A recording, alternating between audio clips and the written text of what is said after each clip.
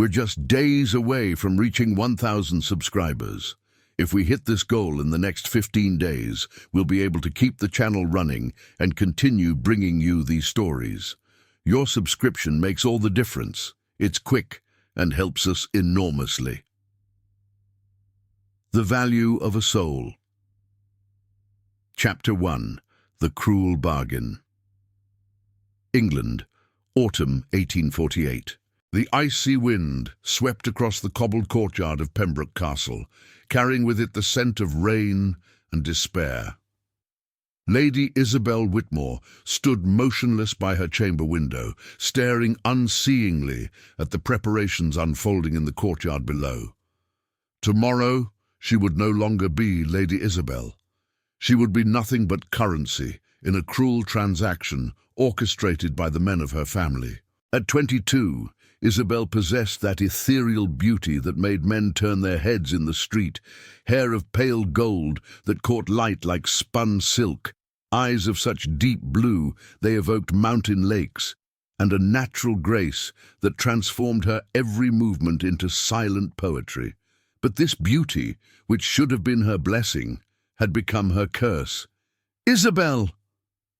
The harsh voice of her uncle, Lord Reginald Pembroke, echoed through the corridor. "Come here immediately." Isabel closed her eyes for a moment, gathering what courage remained to her.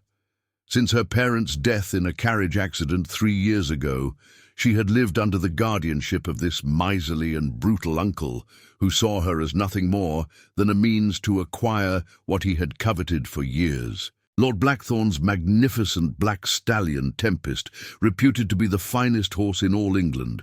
She descended the stone staircase slowly, each step echoing like a funeral knell.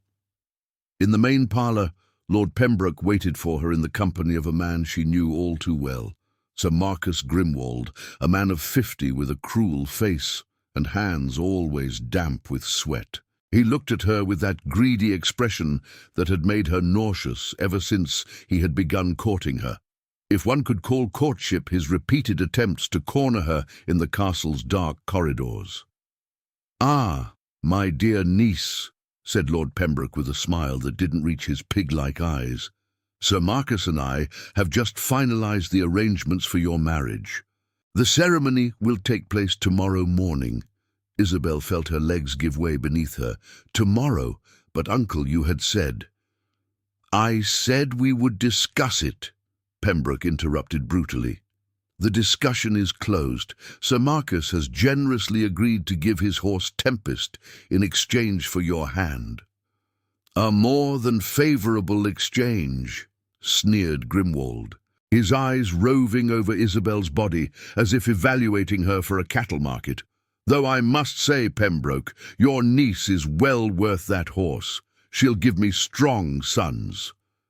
Isabel stepped back, horrified. "Uncle, you cannot sell me like livestock." "Sell?"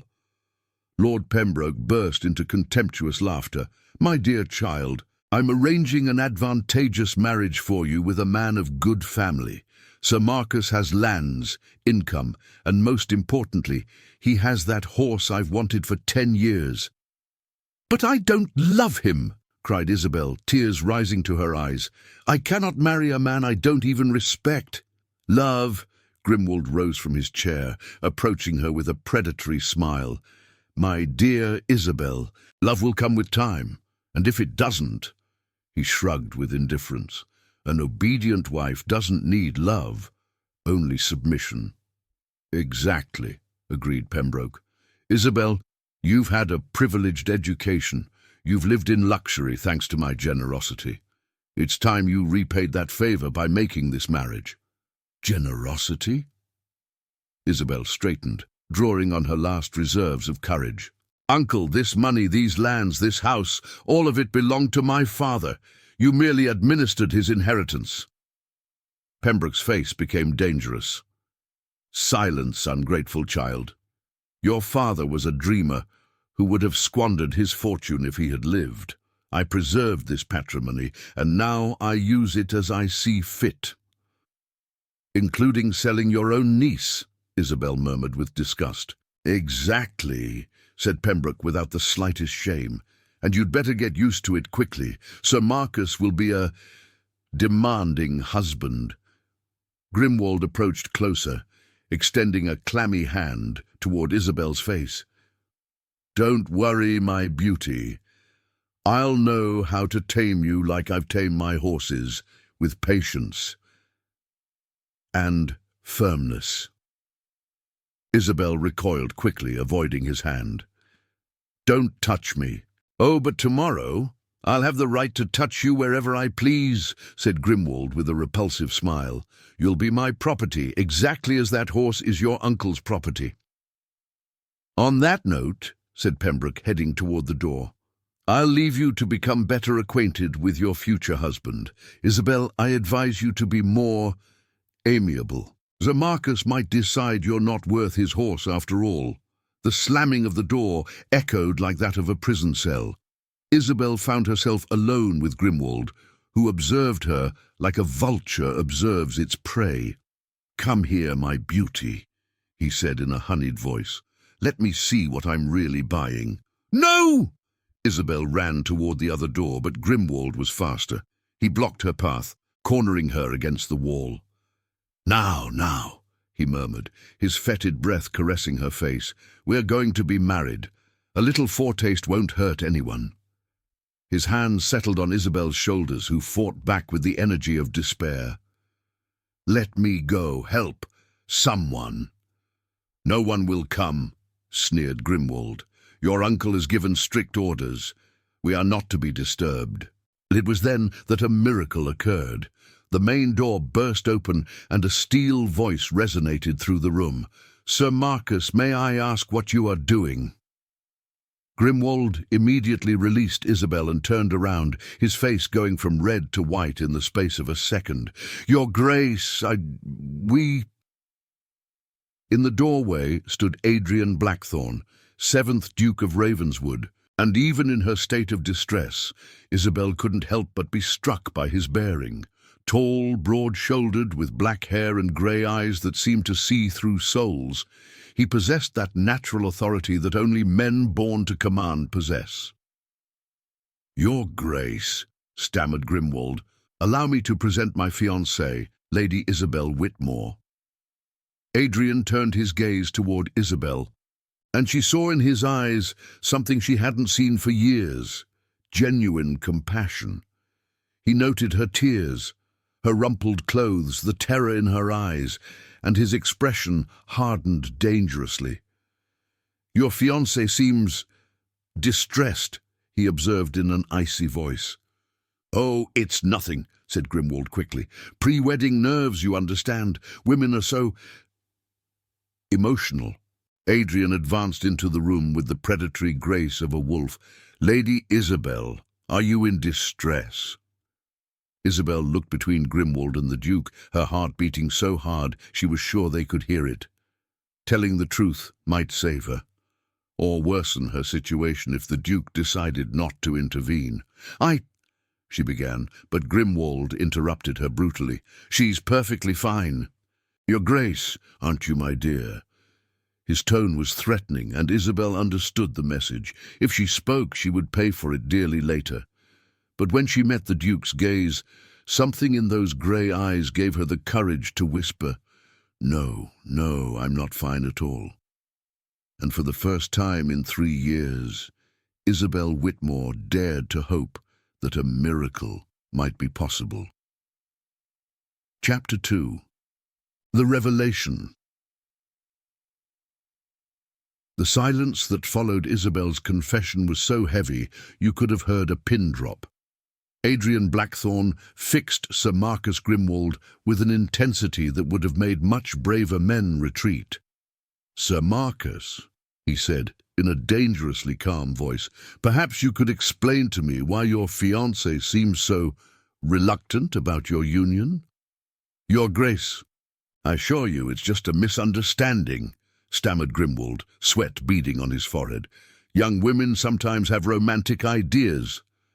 Inappropriate ones." "Indeed?" Adrian turned toward Isabel, and his voice became gentler. "Lady Isabel, are you here of your own free will?" Isabel hesitated. Grimwald was looking at her with a threatening expression, but in the Duke's eyes she saw only sincerity and something else. Something that made her want to trust this stranger. "No," she whispered. "I don't want this marriage." "Isabel!" hissed Grimwald. "How dare you embarrass your future husband in front of his grace?" "I'm not embarrassing anyone," Isabel replied, suddenly finding her voice. "I'm simply telling the truth. I'm being forced to marry a man I despise in exchange for a horse." Adrian raised an eyebrow. "A horse?" "My uncle covets Sir Marcus's stallion," Isabel explained bitterly. "He's decided I'm a suitable price to pay for it." "This is scandalous," protested Grimwald. "Your Grace, this young woman is being outrageously dramatic. Her uncle and I have simply arranged a mutually beneficial marriage." "Where she is exchanged for livestock," Adrian interrupted, his voice becoming glacial. "Tell me, Sir Marcus, what horse are we discussing?" Of Tempest, Your Grace, my black stallion." Adrian smiled, but it was not a friendly smile. "Ah, Tempest, a fine animal, I'll grant you. But tell me, Sir Marcus, how much do you estimate his value?" "Well, perhaps £500, Your Grace." £500, Adrian repeated thoughtfully.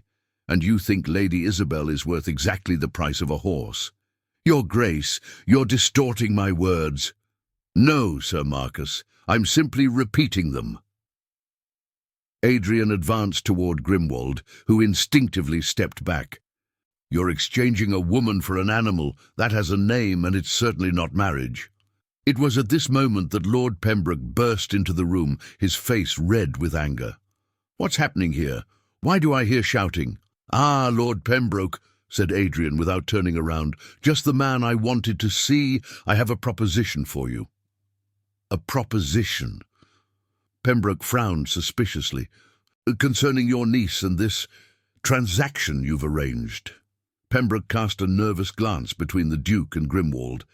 "I don't see how my niece's family arrangements could concern your Grace." "Oh, but they do concern me," said Adrian with a smile that made Isabel shiver, but not with fear this time. "You see, I also need a wife." The silence was deafening. Isabel looked at the Duke with wide eyes, wondering if she had heard correctly. "Your Grace," stammered Pembroke. "I propose to buy out your niece's marriage contract," said Adrian calmly. "Sir Marcus will receive compensation for breaking his engagement, and I will marry Lady Isabel." "This is ridiculous," exploded Grimwald. "You can't simply—" "How much?" interrupted Pembroke, his eyes suddenly gleaming with avarice. "Uncle," protested Isabel, horrified. "You cannot—" "Silence!" barked Pembroke. "Your Grace, what compensation do you propose?" Adrian smiled, but it was a predator's smile. £1,000 to Sir Marcus for the inconvenience, £2,000 to yourself for the arrangement fees, and of course, Sir Marcus keeps his horse." Pembroke and Grimwald exchanged greedy looks. £3,000 was a considerable sum, much more than they had hoped for from their initial arrangement. "And Lady Isabel?" asked Pembroke, as if she weren't present. "Lady Isabel will become Duchess of Ravenswood," said Adrian simply. "I think that's a better arrangement than being exchanged for livestock." Isabel looked at him with astonishment. "Your Grace, why would you do this? You don't even know me." Adrian turned toward her, and for the first time, his expression softened completely. "Lady Isabel, I have spent the last 10 years looking for a wife who isn't interested only in my title and fortune. I haven't found any who suit me. But you have something the others don't." "What?" "Authenticity," he said simply, "and courage. It takes courage to tell the truth when you have everything to lose." "But Your Grace," protested Isabel, "you know nothing about me. I could be terrible. I could be." Adrian approached her and, to everyone's surprise, gently took her hand in his. "Lady Isabel," he said softly, "look at me." She raised her eyes to his, and in that grey gaze she saw something that took her breath away. respect. This man looked at her as if she were worth something, as if she were more than a bargaining chip. "My mansion at Ravenswood is worth more than £100,000, he murmured low enough for only her to hear. "My estates stretch across 50,000 acres. I have more money than I could spend in 10 lifetimes. And yet, Lady Isabel—" He paused, looking at her with that troubling intensity. "And yet," she whispered, "my mansion isn't worth what you're worth," he said simply. Isabel felt her eyes fill with tears, but for the first time in years, they were tears of relief and not despair. "Deal!" declared Pembroke, brutally breaking the moment. "Sir Marcus—" Grimwald hesitated, looking at Isabel with regret. £3,000 was a handsome sum, but he had had plans for this beautiful young woman. "Sir Marcus," said Adrian in a voice that had regained its hardness, "I await your answer." There was something in the Duke's tone that suggested refusing would not be wise. Grimwald nodded reluctantly. "Very well, I accept your compensation."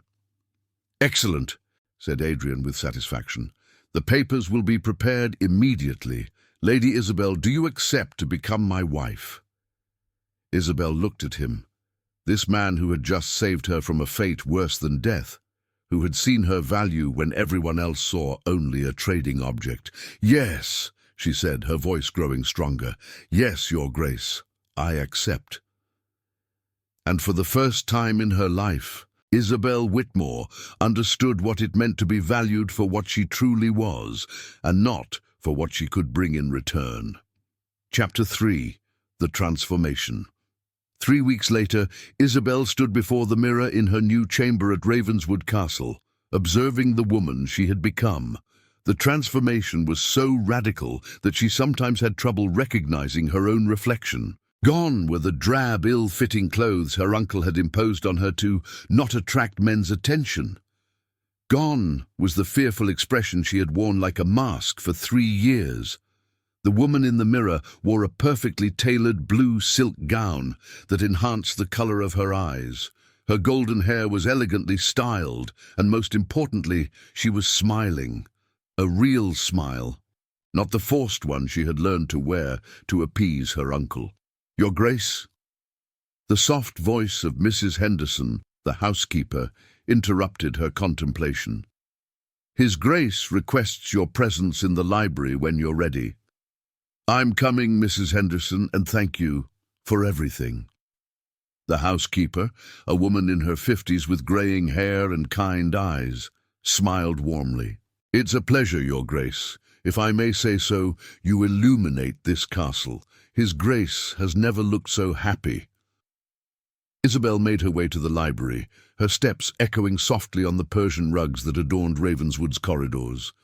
Each day since their marriage, she had discovered new marvels in this ancestral home: master paintings, ancient tapestries, rare books that testified to centuries of family history. But more than all of that, she was discovering Adrian. She found him by the window, contemplating the gardens, where gardeners busied themselves preparing the flower beds for winter.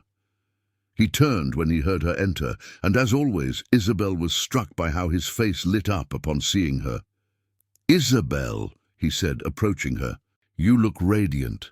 "Thanks to you," she replied sincerely. "Adrian, I wanted to speak to you about something." Over the past 3 weeks, they had progressed from formal address to affectionate familiarity, a natural progression that had surprised Isabel with its ease. "I'm listening," said Adrian, offering her a chair by the fireplace. "I wanted to thank you," began Isabel, "but also to ask you why you did what you did. Really, why?" Adrian settled in the chair across from her, his grey eyes fixing on her with that intensity that had become so familiar and dear to her. "Do you want the complete truth?" "Please." Adrian sighed and looked at the flames in the fireplace. "I had heard about your situation through my valet, who knew someone in your uncle's service. Rumors had been circulating for weeks about this arranged marriage, and they revolted me. But why come personally? Because, said Adrian, looking at her again, my own sister died in similar circumstances. Isabel felt her heart tighten. Your sister? Catherine. She was younger than you when my father, may God rest his soul. But he was a hard man, forced her into marriage with a brutal man to seal a business alliance. She died 6 months later, supposedly from a fall, but I knew the truth. Oh, Adrian, murmured Isabel, instinctively placing her hand on his. I'm so sorry. When I inherited the title and took control of family affairs, I swore that never again would a woman suffer from this kind of arrangement if I had the power to prevent it. But marrying me, it was so extreme. You could have simply paid Grimwald to renounce his claim. Adrian smiled slightly. I thought of that. But then you would have remained under your uncle's authority, and he would have simply found another buyer. The only way to free you completely was to give you a new social status he couldn't contest. So you married me out of charity, said Isabel, a note of sadness in her voice. No, said Adrian firmly, squeezing her hand.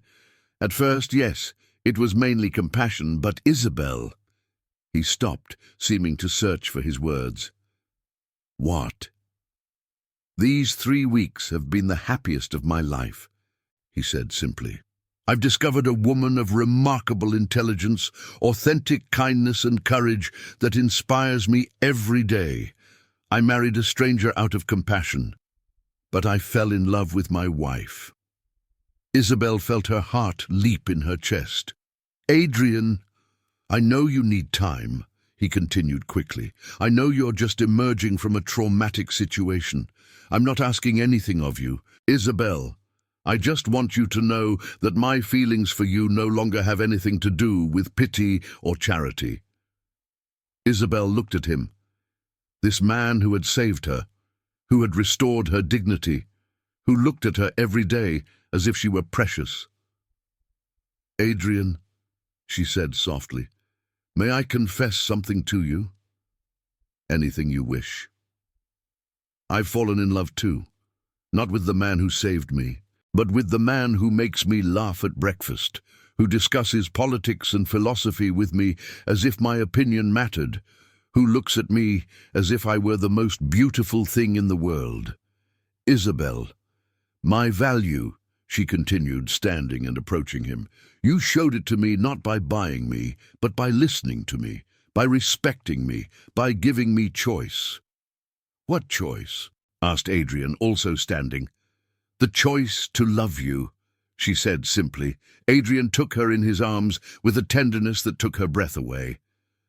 And what is your choice, Duchess of Ravenswood? I love you, she murmured against his chest. I love you for what you are, not for what you did for me. And I love you for who you are, replied Adrian, caressing her golden hair, the most precious woman in the world. As they kissed by the crackling fireplace in Ravenswood's library, Isabel finally understood what it meant to be loved for herself. Not as a valuable object or a bargaining chip, but as a unique and irreplaceable human being. In Adrian's arms, she was no longer the niece sold for a horse. She was Lady Isabel Blackthorne, Duchess of Ravenswood, and she was exactly where she belonged. Chapter 4. The True Value. 1 year later, the grand salon of Ravenswood Castle buzzed with activity. Isabel, now perfectly comfortable in her role as Duchess, was receiving London society in her new home for the first time. But this reception was not an ordinary social evening. It was the official presentation of the Blackthorne Foundation for Women's Emancipation, a revolutionary charitable work that Isabel had created with her husband's enthusiastic support. Ladies and gentlemen, announced Isabel from the platform, erected at the back of the salon, her clear and assured voice carrying throughout the room, I thank you for coming tonight to support a cause particularly dear to my heart. She swept her gaze across the assembly, noting with satisfaction the presence of influential personalities who had come from London specifically for the occasion. In a corner of the salon, she glimpsed her uncle Lord Pembroke, visibly uncomfortable, who had dared to present himself hoping no doubt to obtain some financial favour. "1 year ago," continued Isabel, "I was myself a victim of a system that treats women like commodities. Thanks to my husband, the Duke of Ravenswood, I discovered my own value, and I decided to dedicate my life to helping other women discover theirs." Hearty applause greeted her words. Near the platform, Adrian watched her with obvious pride, admiring the transformation of the terrified young woman he had saved into this confident and determined duchess. "Our foundation," continued Isabel, "aids women forced into marriage, offers education to young girls without resources, and finances refugees for those fleeing situations of violence. For we believe that no woman should ever be treated as an object of exchange." Lady Margaret Pemberton, an influential dowager, raised her hand. "Duchess, how do you finance such enterprises?" Isabel smiled. "Thanks to the generosity of donors like yourself, Lady Pemberton, but also thanks to the profits from my own investments." A murmur of surprise ran through the assembly. It was unusual for a woman, even a duchess, to manage her own financial affairs. "My husband," explained Isabel, looking at Adrian with affection, "insisted that I receive a complete education in matters of finance and law. He believes a woman must be able to provide for herself, if necessary." "Revolutionary," muttered someone in the audience, and Isabel couldn't determine if it was a compliment or criticism. "Revolutionary, perhaps," she agreed, "but necessary. Too many women depend entirely on the men in their families and find themselves without resources when these men disappear or abandon them." After her presentation, Isabel circulated among her guests, soliciting donations and explaining her foundation's projects. It was then that she found herself face to face with her uncle Pembroke, who had approached with the obsequious expression she knew so well. "My dear niece," he said with a forced smile, "congratulations on this noble project. I hope you haven't forgotten your family and your new prosperity." Isabel looked at him with a calm that masked the cold anger she felt. "Uncle Reginald, I haven't forgotten my family indeed. That's why I donated my parents' inheritance, the one you administered so poorly, to my foundation." Pembroke paled. "What? But you cannot." "Oh, but I can," Isabel interrupted serenely. "My husband discovered several irregularities in your management of my assets. Rather than prosecute you in court, we decided to recover this money and put it to good use. This is blackmail." "No, uncle," said Isabel, moving closer to him, her voice hardening. "This is justice. You sold me for a horse. Now I'm taking back what belongs to me and using it to prevent other women from suffering the same fate." Pembroke looked at her with hatred and frustration, but he could say nothing. The Duke of Ravenswood's protection made Isabel untouchable, and they both knew it. "Your Grace?"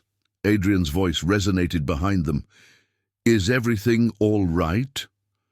"Perfectly, my dear husband," replied Isabel without taking her eyes off her uncle. "Lord Pembroke was just leaving." Pembroke bowed stiffly and walked away, understanding he would get nothing from his niece. "You were magnificent," murmured Adrian, taking Isabel's arm.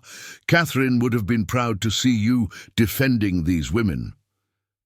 "I hope to honor her memory," Isabel replied softly. Later that evening, after the last guest's departure, Adrian and Isabel found themselves in their private salon, exhausted but satisfied with this successful evening. "We collected more than £5,000 tonight," announced Isabel, consulting her notes. "This will allow us to open 2 new refuges." "Do you realize," said Adrian, settling beside her on the sofa, "that you're now worth much more than a simple horse?" Isabel laughed. That crystalline laugh Adrian adored hearing. Indeed, I cost much more now, between the foundation, my dresses, and my investments. But that's not what I'm talking about, Adrian interrupted, taking her hands in his. Isabel, you don't realize the impact you've had on me, on this house, on all these women you help.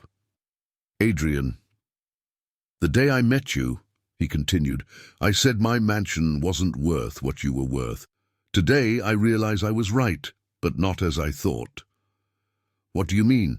My mansion, my lands, my money. All of that is just stone and metal. You, Isabel, are irreplaceable.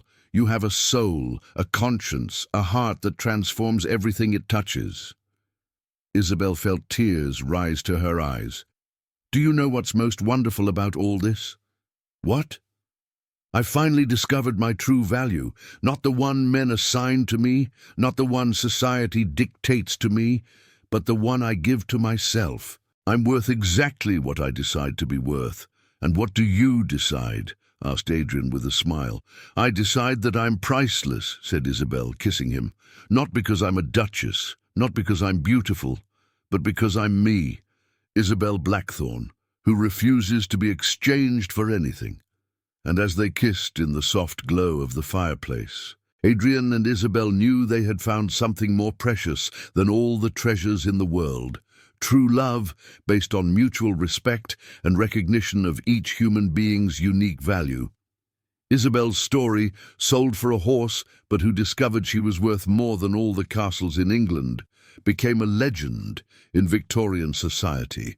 A legend that reminded everyone that a person's true value is never measured in currency, but in love, courage, and the capacity to transform the world around them.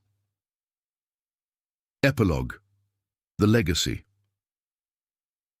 25 years later, when the Duchess of Ravenswood watched her grandchildren playing in the castle gardens, she sometimes thought back to that terrified young woman who wept in Lord Pembroke's parlour. Convinced she was worth no more than a farm animal, the Blackthorne Foundation had become one of Europe's most important charitable institutions, having saved thousands of women from forced marriages and offered education to entire generations of young girls.